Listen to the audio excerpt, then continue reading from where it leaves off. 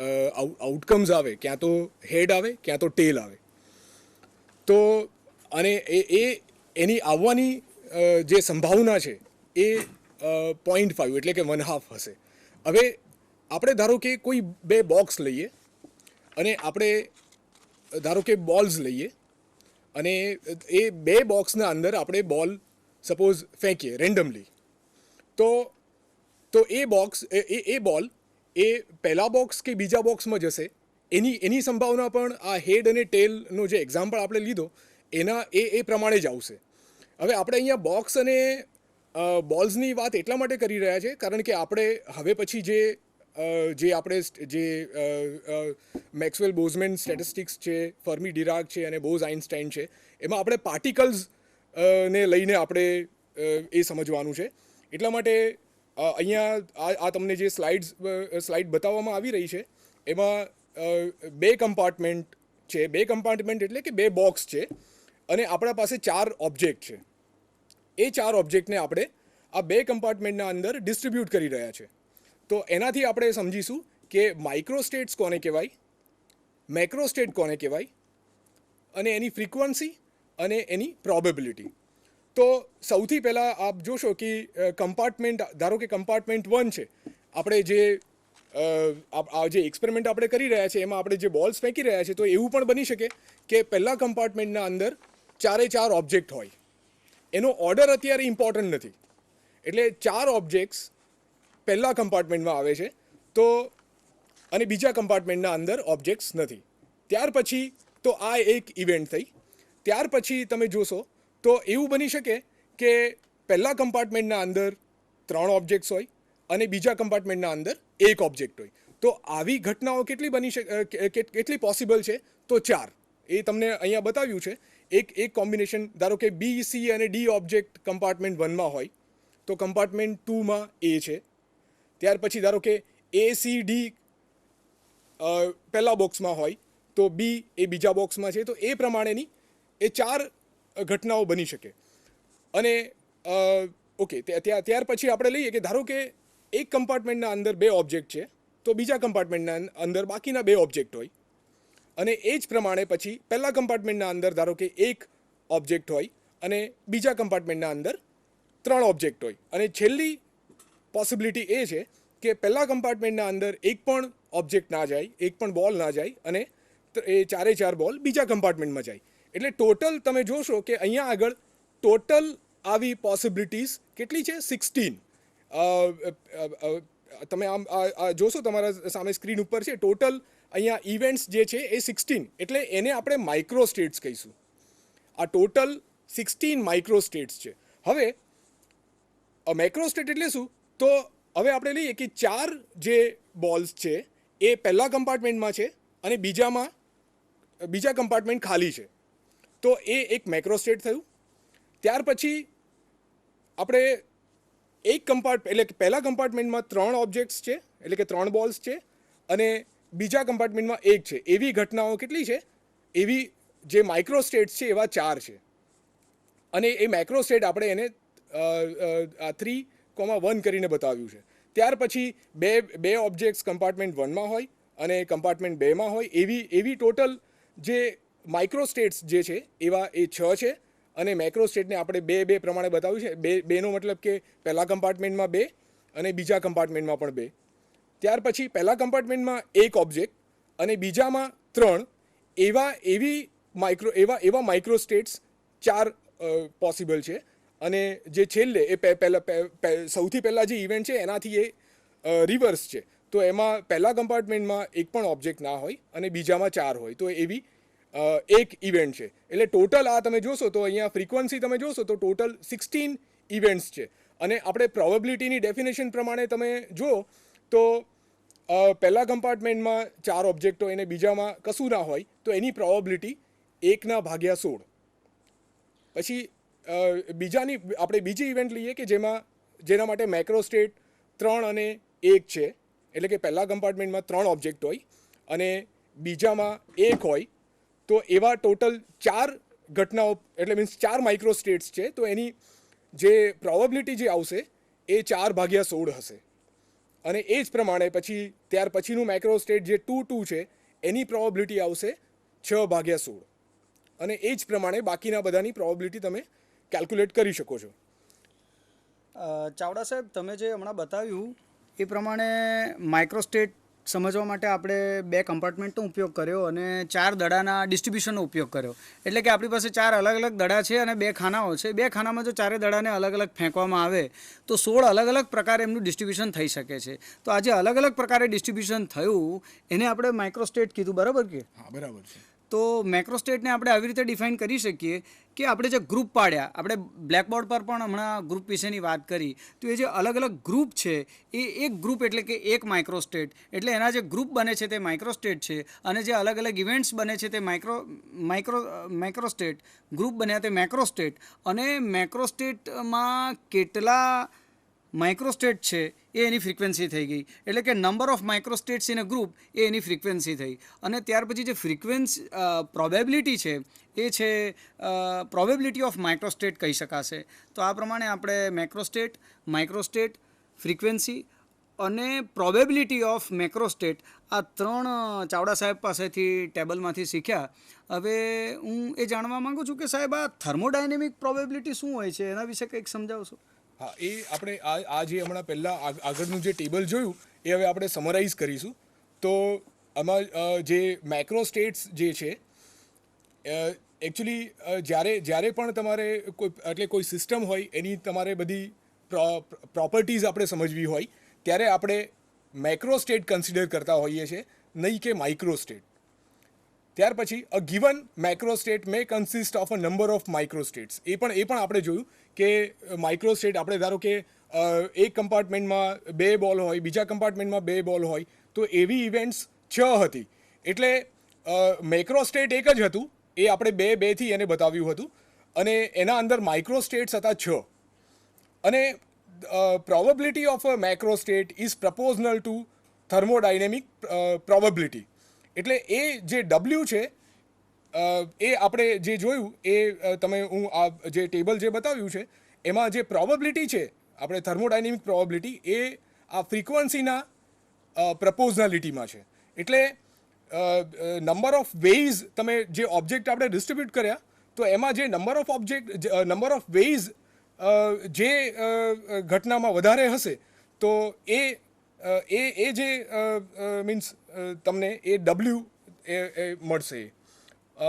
ત્યાર પછી જે આપણે બધા માઇક્રોસ્ટેટ્સ લઈએ તો એ બધા માઇક્રોસ્ટેટ્સ ની મીન્સ એ ઇક્વલ પ્રોબેબિલિટીથી એ એમનું અકરન્સ હશે. અને જે પ્રોબેબિલિટી ઓફ અ માઇક્રોસ્ટેટ આપણે લઈએ તો probability of microstate that is 1 upon the total number of microstates. એ પણ આપણે આગળનું જે ટેબલ જોયું એમાં આપને બતાવ્યું.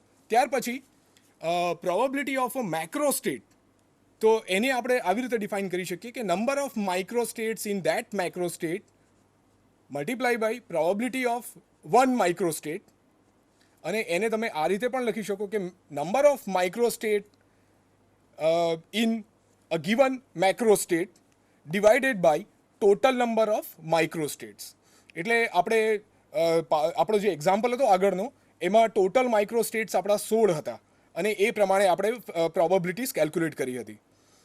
અને ત્યાર પછી આપણે જે આ જે તમને W જે બતાવ્યું છે અહીંયા આગળ, તો એ શું છે કે એ તમને નંબર ઓફ વેઝ જે છે કે જેમાં ધારો કે આપણા પાસે 2 કમ્પાર્ટમેન્ટના જગ્યાએ K કમ્પાર્ટમેન્ટ છે, એટલે કે આપણા પાસે K બોક્સ છે અને એમાં પહેલા બોક્સના અંદર N1 બોલ્સ હોય, બીજા બોક્સમાં N2 બોલ્સ હોય અને ધારો કે K નંબરનો બોક્સ છે એમાં NK બોલ્સ હોય.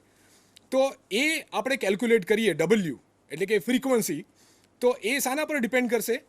તો એ ડિપેન્ડ કરશે whether or not the particle of the system are distinguishable or any other constraints on the system. એટલે કે આને આપણે સમજીએ કે જે પાર્ટિકલ્સ જે છે એ પાર્ટિકલ્સને તમે તમે એને અલગ તારવી શકો છો કે ધારો તમારા જે ટોટલ જે પાર્ટિકલ્સ છે, ધારો કે n નંબરના પાર્ટિકલ્સ હોય, total n number of particles હોય, તો એ પાર્ટિકલ્સને તમે એટલે જુદા તારવી શકો છો. તો અને ધારો કે મીન્સ જુદા નહીં તારવી શકતા હોય તો આ તમને ડબલ્યુ અલગ મળશે. અને બીજી પણ કન્સ્ટ્રેન્ટ્સ હોય એ આપણે આગળ જ્યારે બોઝ આઇન્સ્ટાઇન એટલે ક્વોન્ટમ સ્ટેટિસ્ટિક્સ આપણે જ્યારે જોઈશું ત્યારે એ તમને વધારે ક્લિયર થશે. બીજો point that all the microstates of a given system are equally probable, એટલે કે દરેક માઇક્રોસ્ટેટ બનવાની એટલે જે પ્રોબેબિલિટી છે એ બધા માઇક્રોસ્ટેટ માટે સરખી છે. Therefore the probability of a system to be in a particular microstate is proportional to the thermodynamic probability W. એટલે અહીંયા આપણે જે મેક્રોસ્ટેટની જે ફ્રીક્વન્સી છે એને આપણે થર્મોડાયનેમિક પ્રોબેબિલિટી જે ડબલ્યુથી આપણે એને બતાવીએ છીએ એના સાથે આપણે જોડ્યું. હવે જ્યારે આપણે ડાયનેમિક સિસ્ટમની વાત કરીએ એટલે ડાયનેમિક સિસ્ટમ એટલે શું? તો ડાયનેમિક સિસ્ટમ આપણે સૌથી જે આપણે તમને પહેલાં જે ટેબલ બતાવ્યું હતું એમાં જે અલગ અલગ માઇક્રોસ્ટેટ્સ હતા, તો ડાયનેમિક સિસ્ટમના અંદર જે પાર્ટિકલ્સ જે છે એ એક બોક્સમાંથી બીજા બોક્સમાં એટલે ફરતા હોય. એટલે આપણે એક રીતે આપણે જોઈએ તો જે પાર્ટિકલ્સ જે ફરતા હોય તો એના જે પોઝિશન હોય એટલે એને કે સ્થાન સદિશ હોય એ બદલાતા હોય, પ્લસ એમના જે મોમેન્ટમ વેગમાન એ બદલાતું હોય. તો આમ જેના મીન્સ એ જે સમય સાથે જેના જે પોઝિશન કોઓર્ડિનેટ્સ અને મોમેન્ટમ જે બદલાતા હોય તો એવી સિસ્ટમ એને આપણે ડાયનેમિક સિસ્ટમ કહીશું, એટલે કે સમયના સાથે એ બદલાતી હશે. તો ડાયનેમિક સિસ્ટમમાં the fraction of the time spent in a given microstate is proportional to the probability of that macrostate. ત્યાર પછી આપણે લઈએ પાછો આપણે અહીંયા જે છે કે ધારો કે કે કમ્પાર્ટમેન્ટ્સ હોય તો આપણે ડબલ્યુ મેક્રોસ્ટેટ માટે આપણે કેવી રીતે કેલ્ક્યુલેટ કરી શકીએ? તો એની ફોર્મ્યુલા તમને અહીંયા આપી છે. એમાં ડબલ્યુ એટલે નંબર ઓફ એટલે ફ્રીક્વન્સીઝ બેઝિકલી. એટલે જે ધારો કે ફર્સ્ટ કમ્પાર્ટમેન્ટ આપણે અહીંયા કે કમ્પાર્ટમેન્ટ લીધા છે એમાંથી N1 પાર્ટિકલ્સ એ પહેલા કમ્પાર્ટમેન્ટમાં છે એટલે પહેલા બોક્સમાં છે, N2 પાર્ટિકલ એ બીજા બોક્સમાં છે અને NK પાર્ટિકલ્સ એ કે બોક્સમાં છે અને ટોટલ પાર્ટિકલ્સ આપણા પાસે N છે.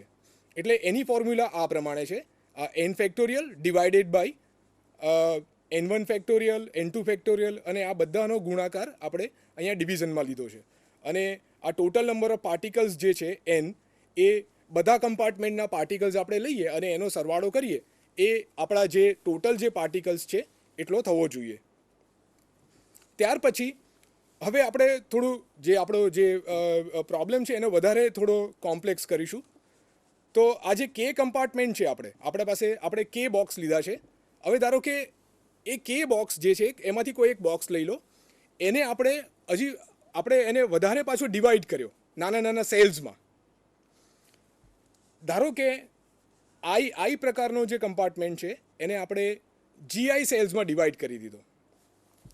તો GI સેલ્સમાં ડિવાઈડ કર્યો તો હવે એના જે મેક્રોસ્ટેટની જે પ્રોબેબિલિટી મીન્સ ડબલ્યુ જે છે એ તમે ફ્રીક્વન્સી જે છે એ તમે આ ઇક્વેશન જે આપ્યું છે એ પ્રમાણે તમે કેલ્ક્યુલેટ કરી શકો. એમાં આ મીન્સ અહીંયા તમે જોશો કે અહીંયા GI અહીંયા pi this is the symbol of product is going from I equal to 1 to K GI raised to NI અને NI ફેક્ટોરિયલ.